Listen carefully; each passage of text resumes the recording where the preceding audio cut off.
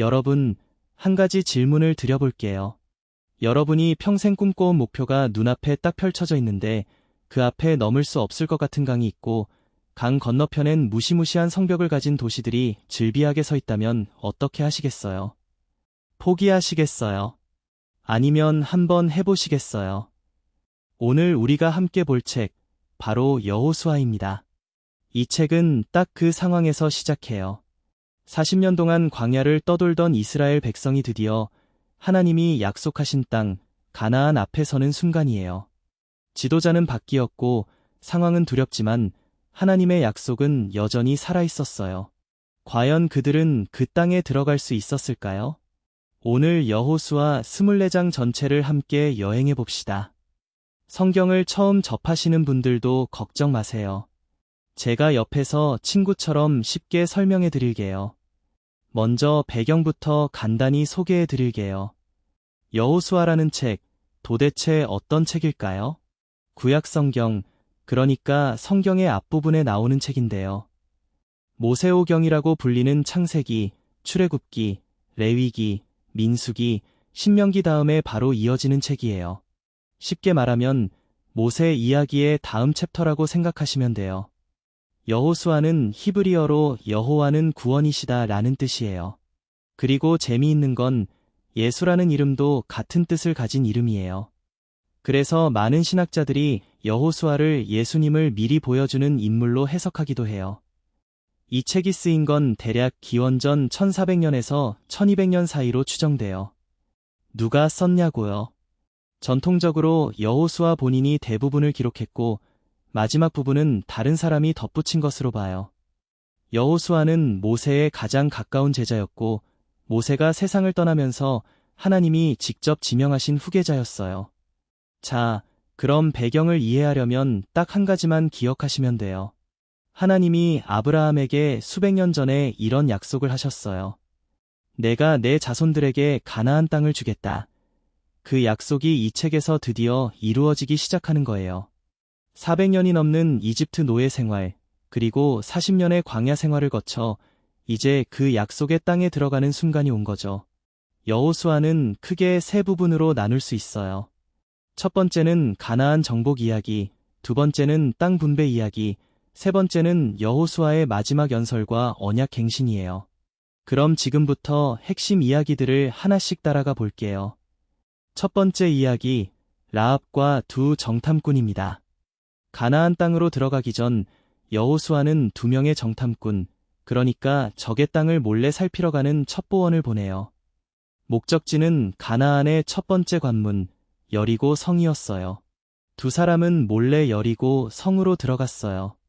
그런데 이미 첩보원이 들어왔다는 소문이 퍼져서 여리고 왕이 군사들을 보내 수색하기 시작했어요.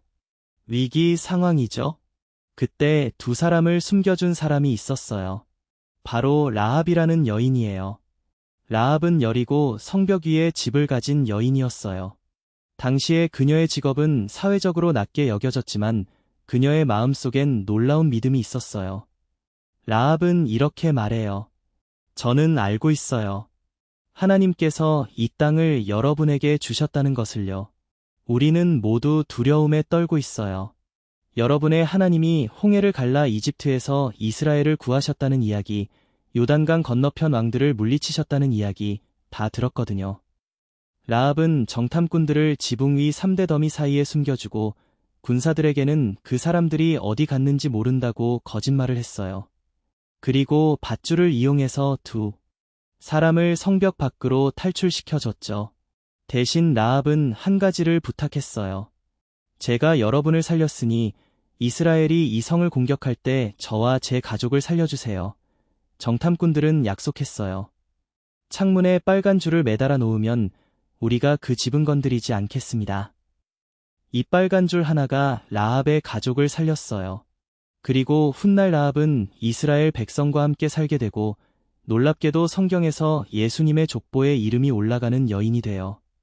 외국인이었고 사회적으로 낮은 신분이었던 그녀가 믿음 하나로 역사에 이름을 남긴 거예요. 두 번째 이야기, 요단강을 건너다입니다. 정탐꾼들이 돌아왔어요. 보고를 받은 여호수아는 드디어 출발 명령을 내려요. 그런데 문제가 있었어요. 이스라엘 앞에는 요단강이 흐르고 있었는데 때가 마침 봄 홍수철이었어요. 강이 넘쳐 흘러서 도저히 걸어서 건널 수 있는 상황이 아니었던 거예요. 배도 없었고 다리도 없었어요. 여러분이라면 이 상황에서 어떤 생각이 드셨을 것 같으세요? 하나님, 진짜요? 하필 지금 홍수철이에요. 라고 했을 것 같지 않나요? 근데 하나님은 오히려 이렇게 말씀하세요. 내가 오늘 너희에게 기적을 보여주겠다. 하나님의 지시는 이랬어요. 제사장들이 언약궤, 그러니까 하나님의 임재를 상징하는 특별한 상자를 메고 강에 먼저 발을 내디디라는 거예요. 제사장들이 믿음으로 발을 강물에 담그는 순간 놀라운 일이 벌어졌어요. 강 상류에서 흘러오던 물이 갑자기 멈춘 거예요. 물이 쌓이면서 벽처럼 서고 강바닥이 드러났어요. 약 200만 명으로 추정되는 이스라엘 백성 전체가 강바닥을 걸어서 건넜어요. 마치 40년 전 모세가 홍해를 가른 것처럼요. 그것도 홍수철에요. 여호수아는 각 지파에서 한 명씩 총 12명을 뽑아서 요단강 바닥에서 돌 하나씩을 들고 나오게 했어요. 그 돌로 기념비를 세웠어요. 왜냐고요? 나중에 자녀들이 저 돌이 뭐예요?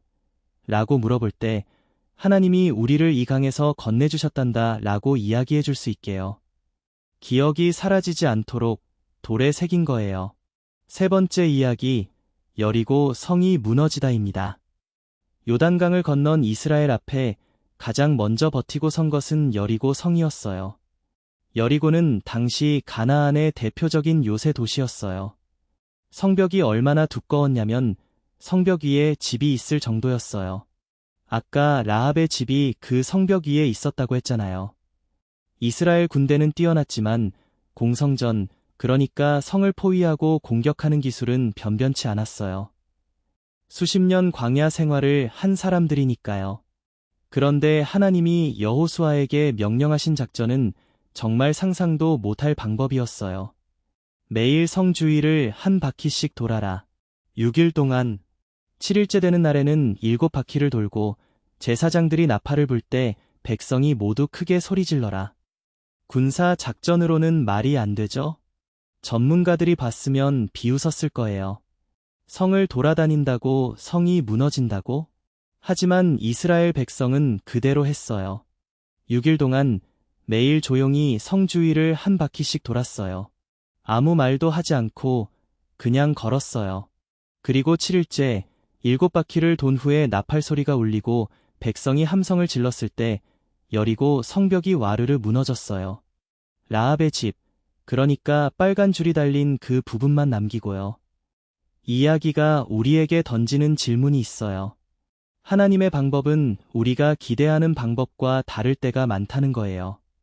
논리적으로 말이 안 되는 것 같아도 하나님을 믿고 순종했을 때 일어나는 일들이 있어요.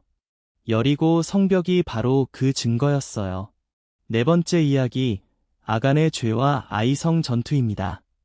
여리고 성을 무너뜨린 직후 이스라엘은 기세가 등등했어요. 다음 목표는 아이성이었는데 정탐꾼들이 돌아와서 이렇게 말했어요. 아이성은 여리고보다 훨씬 작아요. 전군을 다 보낼 필요도 없이 2,000에서 3,000명이면 충분합니다. 그런데 결과는 충격적이었어요. 이스라엘 군대가 아이성에서 처참하게 패배한 거예요. 36명이 전사하고 나머지는 도망쳐야 했어요. 처음 맛보는 패배였죠. 여호수아는 땅에 엎드려 하나님께 부르짖었어요. 하나님, 왜 이런 일이 일어난 거예요? 그때 하나님의 대답은 이랬어요. 이스라엘이 죄를 지었다. 여리고를 정복할 때 아무것도 가져가지 말라고 했는데 누군가 그 명령을 어겼다. 여리고 성을 공격하기 전에 하나님이 명령하셨었어요. 이 전쟁의 전리품, 즉 빼앗은 물건들은 전부 나에게 바쳐라. 아무것도 개인이 가져가지 말라. 이건 첫 번째 정복지이기 때문에 처음 것은 하나님께 드린다는 의미였어요. 범인을 찾는 과정이 시작됐어요. 결국 지목된 사람은 아간이라는 인물이었어요.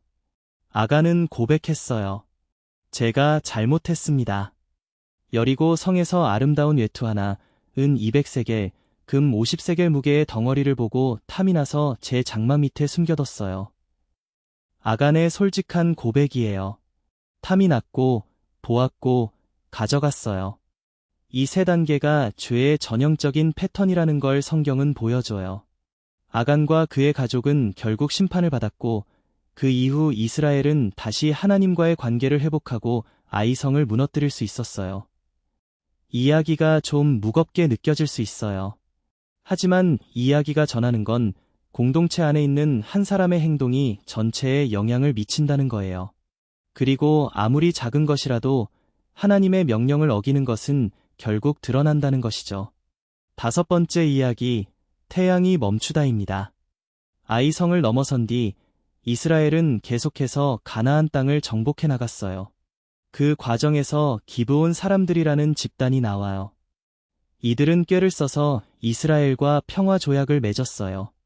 낡은 신발을 신고 곰팡이 핀떡을 들고 나타나서 우리는 먼 나라에서 왔어요 라고 속인 거예요. 여호수아는 하나님께 물어보지도 않고 그냥 조약을 맺었어요. 나중에 속은 걸 알았지만 한번 한 약속이니까 지켰어요. 그런데 이 일이 빌미가 되어서 가나안의 5왕이 기브온을 공격해왔어요. 이스라엘과 조약을 맺은 기브온을 응징하겠다는 거죠. 기브온이 여호수아에게 구원 요청을 했어요. 여호수아는 밤새 행군해서 5왕의 연합군을 기습 공격했어요. 전투는 이스라엘에게 유리하게 흘러갔고 적군은 도망치기 시작했어요. 그런데 해가 지려고 하는 거예요. 날이 어두워지면 도망치는 적을 놓치게 되잖아요. 그때 여호수아가 역사상 가장 담대한 기도를 드려요. 태양아, 기브온 위에 멈춰라. 달아, 아얄론 골짜기 위에 멈춰라. 그리고 성경은 이렇게 기록해요. 태양이 멈추었고 달도 멈추었다. 이스라엘이 대적들을 물리칠 때까지 그날 하루가 2배로 길어진 거예요. 이야기를 어떻게 받아들여야 하냐고요? 과학적으로 가능한 일이냐고 물으실 수도 있어요. 학자들마다 해석이 다양하지만 성경은 이 날을 이전에도 이후에도 이런 날이 없었다고 기록해요. 기적은 설명이 되기 때문에 기적이 아니에요. 설명이 안 되는데 일어났기 때문에 기적인 거죠. 중요한 건 여호수아가 하나님 앞에서 그런 담대한 믿음으로 요청했다는 거예요. 6번째 이야기, 갈렙의 믿음입니다. 이제 가나안 땅의 많은 부분이 정복되었어요. 땅을 각 지파에게 나눠줄 시간이 됐어요. 이때 등장하는 인물이 바로 갈렙이에요. 갈렙은 여호수아와 동갑내기 친구예요. 두 사람 다 40년 전 모세가 보낸 12명의 정탐꾼 중에 포함됐었어요. 그때 다른 10명은 우리는 절대 못 들어가요. 거기 사람들은 거인이에요. 우리는 메뚜기 같아요 라고 했지만 갈렙과 여호수아만이 우리가 할 수 있습니다. 하나님이 함께 하시면 가능합니다 라고 했었죠. 그 믿음의 보상으로 하나님은 두 사람만 광야 세대에서 살아남아 약속의 땅에 들어가도록 하셨어요. 그리고 40년이 지났어요. 이제 갈렙의 나이는 85세가 됐어요. 그런데 갈렙이 여호수아 앞에 나타나서 이렇게 말해요. 여호수아, 기억나? 우리 나이 40살 때 정탐꾼으로 갔던 거? 하나님이 그때 나한테 약속하셨어. 내가 밟은 땅을 내 것으로 주겠다고. 자, 나 지금 85살이야. 그런데 내 힘은 40살 때랑 똑같아. 나 그 산지 줘. 거기 거인족이 살고 있어서 다른 사람들이 다 무서워하는 그곳. 하나님이 나랑 함께 하시면 내가 다 몰아낼 수 있어. 여러분, 이 장면을 상상해 보세요. 85살 노인이 가장 어렵고 험한 땅을 달라고 하는 거예요. 이 사람의 믿음은 40년이 지나도 녹슬지 않은 거예요. 갈렙은 결국 헤브론이라는 산지를 받았고 거기서 거인족을 몰아냈어요. 갈렙이 우리에게 보여주는 건 이거예요. 믿음은 나이가 들수록 더 깊어질 수 있다는 것. 오랜 시간이 지나도 하나님의 약속은 유효하다는 것. 7번째 이야기, 도피성과 언약갱신입니다. 땅 분배가 끝난 후에 하나님은 두 가지 중요한 제도를 세우라고 하셨어요. 첫 번째는 도피성이에요. 도피성이 뭐냐고요? 당시에는 누군가를 실수로 의도하지 않게 죽인 경우에도 피해자 가족이 복수를 할 수 있었어요. 그러니까 억울한 경우가 생길 수 있었죠. 도피성은 그런 사람들이 안전하게 피할 수 있는 특별한 도시예요. 가나안 땅 전체에 6개를 지정했어요. 어디 사는 사람이든 달려올 수 있도록 지형을 고려해서 동쪽과 서쪽에 각각 3곳씩이요. 이게 현대의 법 개념으로 보면 굉장히 선진적인 제도예요. 고의와 과실을 구분하는 거잖아요.